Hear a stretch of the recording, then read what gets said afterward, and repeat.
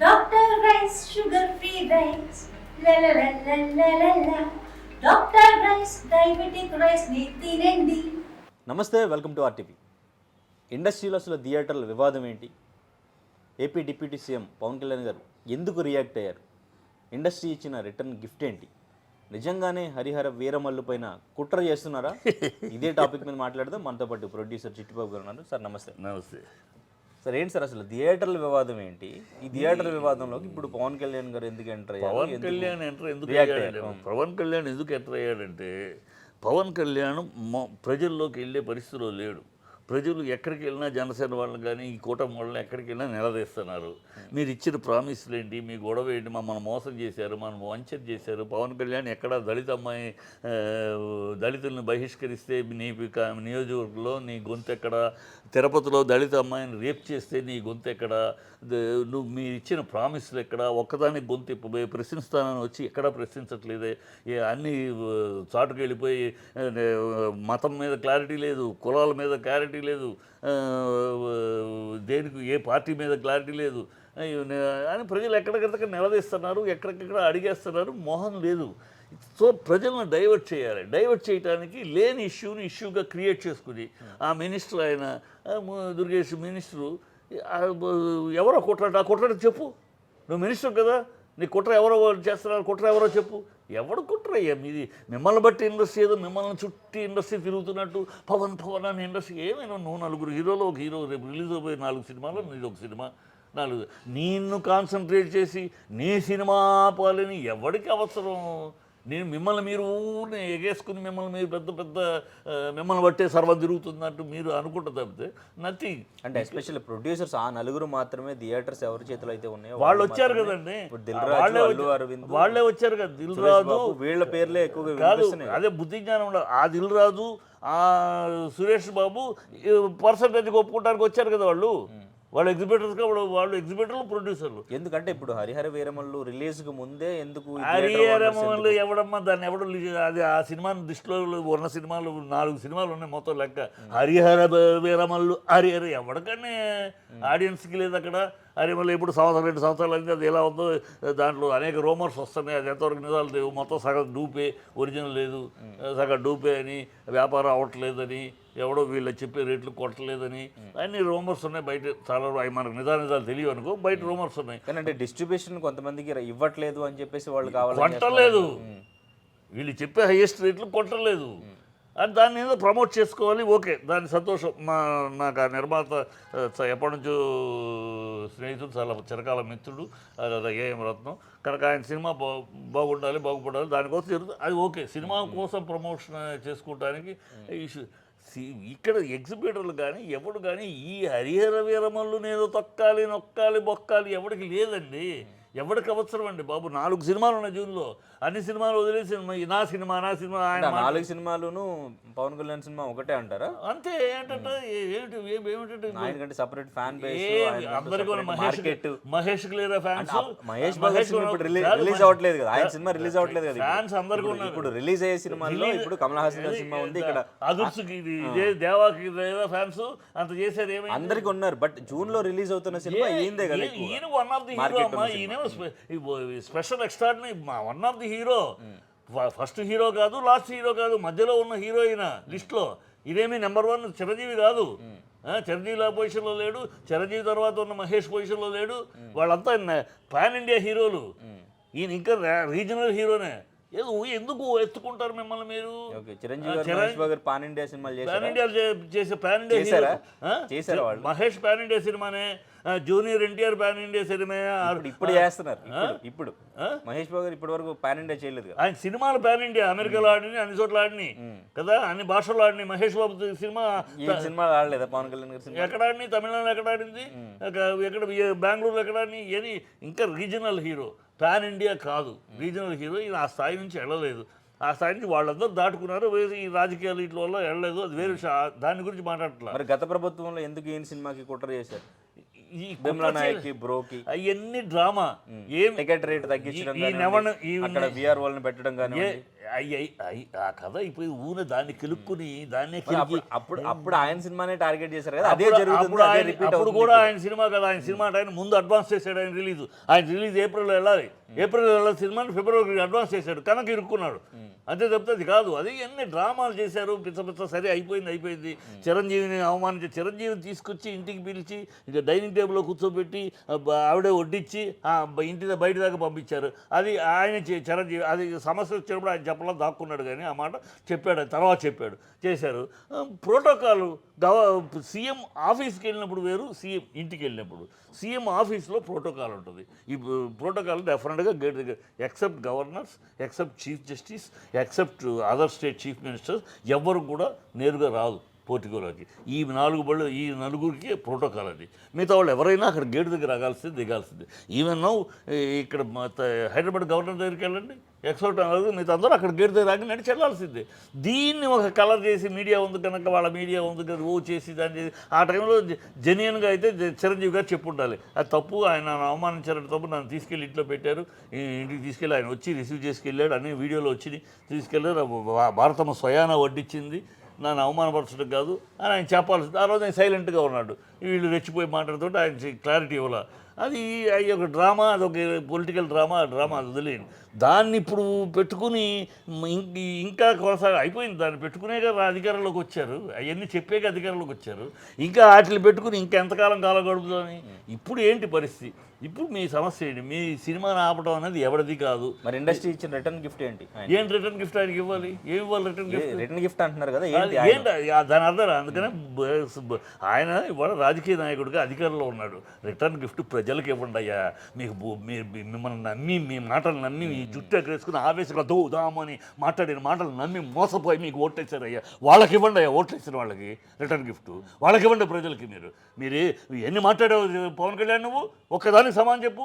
25 టన్నుల డ్రగ్స్ దొరికి కాకినాడ పోర్ట్లో అన్నావు, అది పచ్చి అబద్ధం, అది డ్రగ్స్ కాదు, డ్రై ఐస్ అని నిన్నగాక మొన్న మీ ప్రభుత్వం వచ్చినాక సిబిఐ రిపోర్ట్ వచ్చింది. ఇది ఒక అబద్ధం. వైజాగ్ స్టీల్ ప్లాంట్కి నేనే ప్రాణం అడ్డేస్తానన్నాను, వెళ్ళిపోయింది. 3 ఫర్నేసులు క్లోజ్ చేసేసారు, ఉద్యోగాలను బలవంతం చేసేస్తారు. ఆ యూనియన్ మినిస్టర్ ఏమో ప్రాసెస్ ఈస్ ఆన్ అన్నాడు. మాట్లాడరే? మీరు చెప్పిన నాది ప్రాణం అడ్డేస్తాను అన్నావు. నేను నిలబడతాను మీకు వాలంటీర్స్ 5,000 కాదు 10,000 నేను అన్నావు. ఏది వాళ్ళ బతుకులేంటి? వాళ్ళ అడ్రస్ ఎక్కడ? 16,000 18 ఏళ్ళు దాటిన వాళ్ళకి 15,000 ప్రతి నెల అన్నావు. 18 ఏళ్ళు దాటిన వాళ్ళకి 15,000 ఎక్కడ? ఎంతమంది పిల్లలు ఉంటే అంతమందికి 10,000 ఎక్కడ? ఇవన్నీ నువ్వు నిలబడి మాట్లాడిన మాటలు కదా పవన్ కళ్యాణ్. జుట్టు ఎగరేసుకుంటూ ఆవేశంగా ఊని మాట్లాడావు కదా పవన్ కళ్యాణ్. ఇప్పుడు నీ నోరు ఎక్కడైంది? దళితులను బహిష్కరిస్తే నీ నియోజకవర్గంలో దళితులను బహిష్కరిస్తే ఒక పిల్ల చదువుకుంటానికి లైట్ లేకపోతే ఎగ్జామ్స్ కోసం వీధి లైట్ దగ్గర చదువుకుంది. నీ గొంతు ఎక్కడ పోయింది పవన్ కళ్యాణ్? తిరుపతిలో ఒక దళిత అమ్మాయిని రేప్ చేస్తే నువ్వు ఎక్కడ ఉన్నావు పవన్ కళ్యాణ్? నిన్నగాక మనం జరిగితే ఏమి నువ్వు ఆవేశంగా రెచ్చిపోయి మాట్లాడి అది ఊది దామని మాట్లాడేసి ఒక్కదానికి నిలబడ్డావా? నీ 12 ఏళ్ల రాజకీయ జీవితంలో ఒక్క మాట నువ్వు ఆ రోజు నుంచి ఈ రోజు దాకా ప్రశ్నిస్తానని మొదలెట్టిన నీ ప్రస్థానం ఇప్పటిదాకా ఒక్క మాటకు నిలబడ్డావా? ఒక కులం మీద నిలబడ్డావా? కుల రాజకీయాలు వద్దన్నావు, మళ్ళీ కాపులు అందరూ ఓట్లేస్తే నేను ముఖ్యమంత్రి అవుతున్నావు. కుటుంబ రాజకీయాలు వద్దన్నావు, మళ్ళీ ఎమ్మెల్సీ సీట్ కావాలంటే నీ అన్నకే ఇచ్చావు. ఒక్కదానిగా మతాలు అన్నావు. నాకు జ్వరం వస్తే మా నాన్న యేసుప్రభుని పూజించాడు అన్నావు. నా కొడుకు జ్వరం వస్తే నేను మేరీ మాతకు పూజించానన్నావు. నేను క్రిస్టియన్ అయ్యా, బ్యాప్టిజం తీసుకున్నాను, నా పెళ్ళామ క్రిస్టియన్, నా బిడ్డలు క్రిస్టియన్ అన్నావు. మళ్ళీ సనాతన ధర్మం అంటావు. సనాతన ధర్మంలో క్రిస్టియన్ పెళ్లి చేసుకుంటారా? చేసుకోరు. సనాతన ధర్మం అన్నావు. మళ్ళీ ఈ దేశంలో మతగల కారకులే హిందువులు అన్నావు. హిందూ నాయకులు, హిందూ మత ప్రజలు అన్నావు. ఇవాళ సనాతన ధర్మం అంటావు. ఒక్కదానికి కాకపోతే ఒక్కదానికి, ఒక్క మాట కాకపోతే ఒక మాట కట్టుబడ్డావా? ఒక సిద్ధాంతానికి కట్టుబడ్డావా? ఒక పూలే అంటావు, ఒకరోజు మాయావతి అంటావు, ఇంకో రోజు అస్తవ్యస్తంగా ఒక నీతి రీతి, ఒక నిజాయితీ, ఒక నిబద్ధత ఏమీ లేకుండా మాట్లాడి నువ్వు ప్రజల్ని నిలదీస్తున్నావు. ప్రజలకి రిటర్న్ గిఫ్ట్ ఇవ్వు, ప్రజలకు ఇవ్వు. నేను నమ్మి చంద్రబాబుని నమ్మలారా పవన్ కళ్యాణ్? చంద్రబాబు మోసం చేస్తాడని తెలుసు. 2014 నుంచి 19 మోసం చేశాడు. 600 ప్రామిస్ చేసి 6 కూడా తెలియదు, ప్రజలకు తెలుసు. అయినా ఎందుకు నమ్మారంటే నువ్వేదో ఆవేశంగా మాట్లాడుతున్నావు, ఏదో జుట్టు ఎగరేసుకుని మాట్లాడేస్తున్నావు, ఏదో సినిమాలో చించినట్టు నువ్వు చించేస్తావని నమ్మారు. నాలాంటి వాళ్ళు నమ్మావు. నమ్మే నిన్ను గురించి ఈ కొత్త రాజకీయం వస్తుంది, దేశం మారిపోతుంది, రాష్ట్రం బాగుపడుతుందని మాలాంటి వాళ్ళందరూ మాట్లాడావు. అందరినీ వమ్ము చేసావు. అందరినీ మా చంద్రబాబు కన్నా మోసగాడిని నేను, చంద్రబాబు కన్నా అబద్ధాల కోరి నేను, చంద్రబాబు కన్నా యూటర్న్ నేను, నాకేమీ ఏ సిద్ధాంతం లేదు, ఏ అర్థం లేదు, నేను మెల్లిమెల్లిగా వాళ్ళతోటో వీళ్ళతోటో చేతులు కలుపుకుంటే ఢిల్లీకి వెళ్ళాలి, అక్కడ నుంచి ఢిల్లీకి వెళ్ళిపోయి నా పార్టీని వాళ్ళతో కలిపేసి మళ్ళీ అక్కడ 2029 నాటికి బీజేపీ సీఎం క్యాండిడేట్. ఈ మార్గము తప్పితే నువ్వు ఇచ్చిన ప్రామిస్లు ఏంటి, కూటమి తరపు నువ్వు నిలబడిన మాటలేంటి, ఒక్కదానికి వాళ్ళకి ప్రజలకి రిటర్న్ నిన్ను గెలిపించారయ్యా, నువ్వు నీ మాటలు నమ్మారయ్యా, నీ మీద నమ్మకంతో ఓట్లేశారయ్యా, ఓట్లేసి నేను గెలిపించారు, వాళ్ళకి రిటర్న్ గిఫ్ట్ అయ్యా, నేను గెలిపించేందుకు విశ్వాసం చూపించండి అయ్యా. వీళ్ళకి సినిమాలు నువ్వే రిటర్న్ గిఫ్ట్ వేసి నీళ్ళు అంటాడు. చాలామంది చూసింది ఇండస్ట్రీని బ్లాక్మెయిల్ చేస్తావు నువ్వు, ఇండస్ట్రీని ఛాలెంజ్ చేస్తావు నువ్వు, ఇండస్ట్రీ చాలామందిని చూసింది. నువ్వేంటి తాతలు చూసింది, ఒక చెన్నారెడ్డిని చూసింది, కరుణానిధి ఎన్టీఆర్ని చూసింది, సినిమా మీద ధ్వజం ఎత్తిన చాలామందిని చూసింది.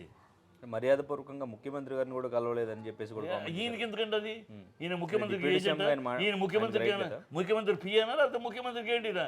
ముఖ్యమంత్రి కలవాలంటే ముఖ్యమంత్రి సీఎంఓ నుంచి వస్తుంది. ఈయనకేంటి చంద్రబాబును కలవాలి అంటే ఈయన ఉద్దేశం చంద్రబాబును కలవలేదు అనే మాట, నన్ను కలవలేదని. ఈయన్ని కలవలేదు, ఎగేసుకుని మేమందరం వెళ్ళిపోయి ఆహా పవన్ కళ్యాణ్ అది నీ పార్టీ వాళ్ళు చేస్తారయ్యా, మీ ఫ్యాన్స్ చేస్తారయ్యా. ప్రొడ్యూసర్స్ కలిసారు కదా ఆయన, ప్రొడ్యూసర్స్ కలిసారు అంతే కలిసారు కదా. కూటమిగా రమ్మంటాడండి, ఈయన ఢిల్లీ వెళ్తున్నాడు. ముఖ్యమంత్రి గారిని మర్యాదపూర్వకంగా కలవలేదు. ఈయనకెందుకయ్యా అది, నీకెందుకు అది? Chandrababu voice Chandrababu mouth Pisa అంటే ఒక డిప్యూటీ సీఎం గా, ఒక ఇండస్ట్రీ పర్సన్ గా, ఇండస్ట్రీ తరపు నుంచి వచ్చి ఇండస్ట్రీకి ఏం కావాలనేది ఎవరు కూడా మర్యాదపూర్వకంగా ఆయనకి తెలియదా? టికెట్ రేట్స్ కోసం అయితే వెళ్తారు కదా. ఆయనకి చిత్తశుద్ధి ఉంటే, ఇండస్ట్రీకి ఏమైనా చేయాలని చిత్తశుద్ధి ఉంటే, రామారావు గారు, నాగేశ్వరరావు గారు ఆ చెన్నై నుంచి ఇండస్ట్రీ హైదరాబాద్ రావడానికి ఏమి చేశారో ఒకసారి తెలుసుకోవాలి. ఇందువల్ల ఇండస్ట్రీకి రాగలిగింది. అన్ని సమస్యలు అప్పటికి సారథి స్టూడియో ఉంది, షూటింగ్లు చేస్తూ ఉండేవాళ్ళు, వచ్చేవాళ్ళు, పోయేవాళ్ళం. కానీ ఇండస్ట్రీ కదిలి రావడానికి ఆ పెద్ద హీరోలుగా, అగ్ర హీరోలుగా వాళ్ళిద్దరు చేసిన పని అంటే తెలుసుకుంటే అది చేయమనండి. వాళ్ళు ఏం చేశారు, ఇలా కాదు అడపదడప వెళ్ళడం, షూటింగ్లు చేయడం కాదు, మన ఇండస్ట్రీ అక్కడికి వెళ్ళాలంటే మనం అక్కడే షూటింగ్ చేయాలని రామారావు గారు స్టూడియో కట్టి నా సినిమాలు ఇక్కడే, నా సొంత సినిమాలు ఇక్కడే చేస్తానన్నాడు. నాగేశ్వరరావు గారు నా స్టార్ నన్ను హీరోగా పెట్టుకు తీయాలంటే హైదరాబాద్లో తీయాలని ఆయన అన్నాడు. దాంతో ఆ 2 హీరోల సినిమాలు ఇక్కడ షూటింగ్లు జరుగుతూ ఉంటే మిగతా వాళ్ళు కూడా ఆడపదడప రావడం షూటింగ్ అలా అలా అలా వచ్చినాక చెన్నారెడ్డి గారి హయాంలో, బ్రహ్మానంద్ గారి హయాంలో ఫస్ట్, ఆ తర్వాత చెన్నారెడ్డి గారి హయాంలో కొంచెం గట్టిగా ఏం కావాలి మీకు, అప్పుడు ఇలా ఇలా కావాలంటే ఇచ్చారు, వచ్చింది. అలా నువ్వు చెయ్యి. ఇవాళ నువ్వు వెళ్ళి నువ్వు సీఎం, నీ అధికారం ఉంది. నా సినిమా నెక్స్ట్ సినిమా, నేను చేయబోయే సినిమా, నా సినిమాలు ఆంధ్రాలోనే షూటింగు, ఆంధ్రాలో షూటింగ్. నువ్వు అంటే ఇంకో 2 హీరోలు చేస్తారు, 4-3 హీరోలు చేస్తూ ఉంటే అలా చిన్న సినిమాలు వస్తాయి. ఇండస్ట్రీ అక్కడ కూడా సెటిల్ డెవలప్ అవుద్ది. అది వదిలేసేసి ఏం కావాలి ఇండస్ట్రీకి, ఏం కావాలి, నువ్వేం చేయగలవు ఇండస్ట్రీకి, ఏం చేయగలవు? నీ వల్ల ఇంతవరకు ఇండస్ట్రీలో ఒక మార్పు, ఒక పెరుగుదల నీ కెరియర్ మొత్తంలో చెప్పు. నీ 21 సినిమాలు చేసావు, నా వల్ల ఇండస్ట్రీలో ఈ మెట్టు ఎక్కాము, నా వల్ల ఈ ఇండస్ట్రీకి ఈ గొప్పతనం జరిగింది చెప్పు. ఏముంది? నేను కహానీలు మాటలు. నువ్వు మినిస్టర్ అయినంత మాత్రాన అందరికీ దేవుడు కాదు. నువ్వు ఓ మినిస్టర్ అయినంత మాత్రాన ఇండస్ట్రీ మొత్తానికి దేవుడు మీకు ఆహా ఓహో అని మేము, మీ కార్యకర్తలు, మీ ఫ్యాన్స్, మీ వాళ్ళు చేసుకుంటారు, తప్పట్లు కొడతారు. ఇండస్ట్రీ నీకు దాసోహం అంటావు ఏంటి? ఏం పిచ్చే ఇర్రా? ఒక లిమిట్ ఉండాలి దేనికైనా, నీ ఆవేశానికిను దేనికైనా లిమిట్ ఉండాలి. ఇండస్ట్రీని ఛాలెంజ్ చేస్తావేంటి? నేను చూపిస్తాను. ఏం చూపిస్తావు నువ్వు? ఏం చూపిస్తావని? అల్లు అరవింద్ గారు కూడా ప్రెస్ మీట్ పెట్టబోతున్నారు. అంటే దీనికి సంబంధించి ఏమైనా క్లారిటీ ఇచ్చే ప్రయత్నం చేస్తారంటారా? ఆల్రెడీ నిన్న ఫిల్మ్ ఛాంబర్లో ప్రొడ్యూసర్స్ కూడా కొంతమంది, గీతా ఆర్ట్స్లో కూడా నిన్న మినిస్టర్, నాకు తెలిసిన ఇన్ఫర్మేషన్, గీతా ఆర్ట్స్ ఆఫీస్లో ఆ మినిస్టర్ రావడం మీరు ఆ 4 చెప్పాలి కదా. మినిస్టర్ కూడా కాక మా మినిస్టర్ అయ్యాయి. ఆయన వచ్చి ఈ మాటలేంటి?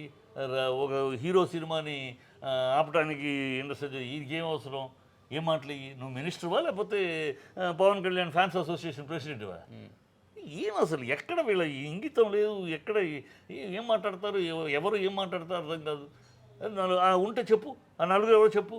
ఆ 4 అంటున్న వాళ్ళలో ఆల్రెడీ ఈ ఇష్యూ థియేటర్స్ సమర్థిస్తున్న వాళ్ళే వాళ్ళు. ఈ పర్సంటేజ్కి మేము ప్రొడ్యూసర్స్గా వాళ్ళు ముందుకు వచ్చి ఇది ఖండించవచ్చు కదా థియేటర్లు బంద్ అన్నప్పుడు. సో మీకేంటి ప్రాబ్లం ఏంటనేది సాల్వ్ చేయొచ్చు. వాళ్ళు ఖండించబట్టే ఆగిద్ది. ఖండించబట్టే 30వ తారీఖు ఎగ్జిక్యూటివ్ మీటింగ్ పెట్టి షూటింగ్లో ఇది థియేటర్లో ముయ్యొద్దు, మనం కంటిన్యూ చేస్తూ సమస్యను పరిష్కరిద్దాం అని చెప్పబట్టే ఆగింది. 30వ తారీఖు, రేపు 30వ తారీఖు వైజాగ్లో ఎగ్జిక్యూటివ్ కమిటీ మీటింగ్ ఉంది. ఆ మీటింగ్ ఏమీ తెలుసుకోకుండా ఆపేశారు. హరిహర వీరమల్లుని ఆపడానికి కుట్ర జరుగుతుంది. ఎవరికయ్యా నీ సినిమా ఆపడానికి కుట్ర? ఎవరికి అవసరం అయ్యా? We are one of the movie. జూన్లో రిలీజ్ అయిపోయి 4 సినిమాలు ఇది ఒకటి. అంతేగా నీదే సర్వస్వము, నిన్ను బట్టి మొత్తం ఇండస్ట్రీ, నీ చుట్టూ ఇండస్ట్రీ ఉంటుంది, నీ చుట్టూ నిన్ను కాన్సన్ట్రేట్ చేసి అయ్యో పవన్ కళ్యాణ్ గారు నొక్కాలి తొక్కాలి, ఎవరికయ్యా అవసరం? మిమ్మల్ని మీరు అతిగా ఊహించుకుని ఈ డ్రామా చేయొద్దు.